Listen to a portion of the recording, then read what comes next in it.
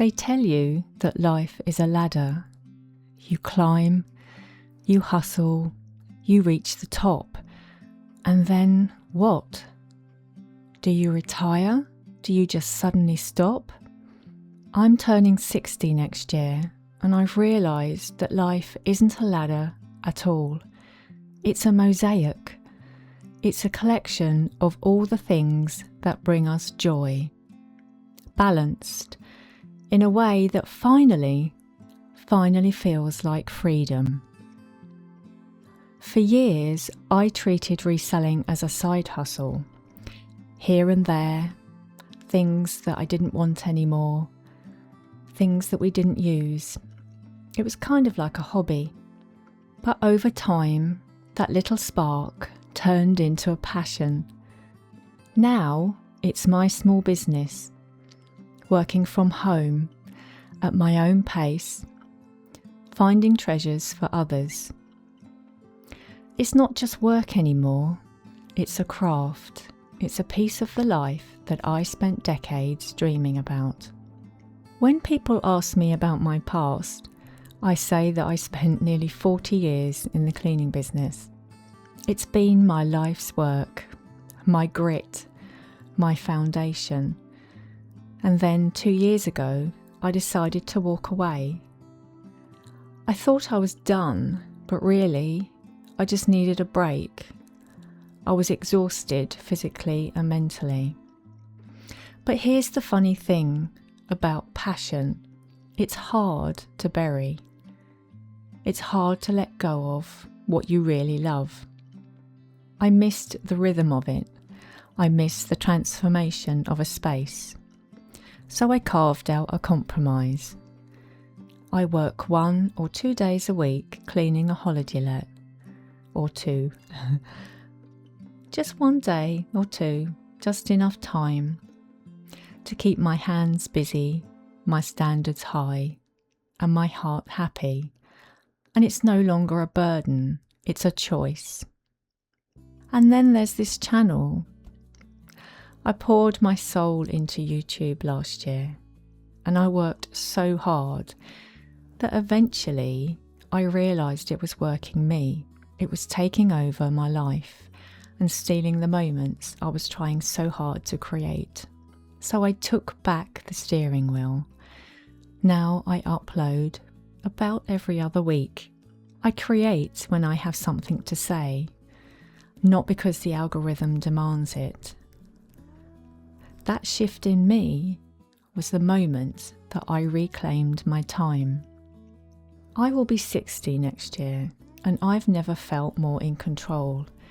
I'm not just doing one thing, I'm doing a little bit of everything. I'm a reseller, a cleaner, and a creator. And most importantly, I'm the architect of my own days. It took a lot of motivation and a few hard choices, and also the courage to leave behind what wasn't serving me anymore. But I did it. I stopped waiting for my dream life to arrive, and I started building it piece by piece out of the things that I love. If you're waiting for the right time to simplify or to just change your rhythm, then take this as your sign. You don't need to do it all at once.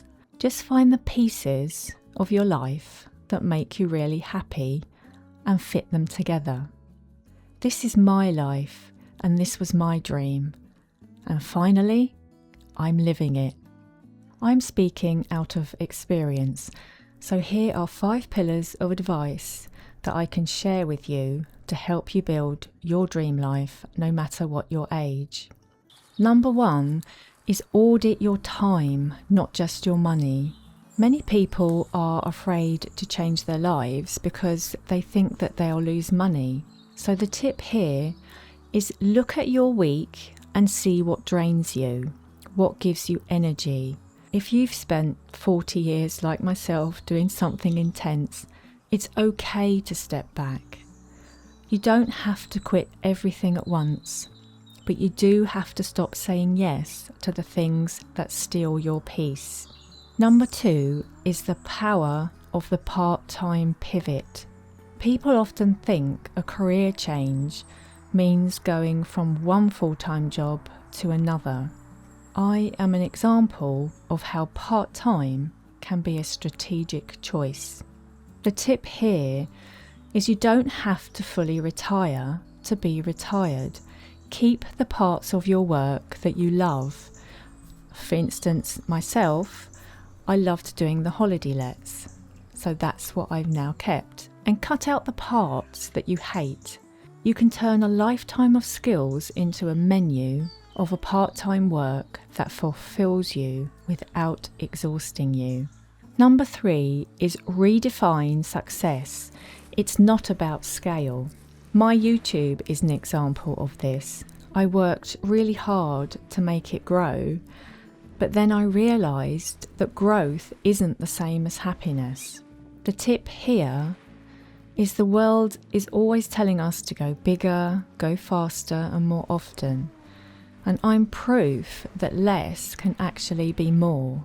Success isn't how many subscribers you have or how many hours you work. It's about how much of your life belongs to you at the end of the day. Number 4 is treat your hobbies like a business without the pressure. I turned my reselling into a passion-led business. And it was achievable, and many people do this. The tip here is start with what you already love. What do you do in your free time? Could it be a small, low-pressure business?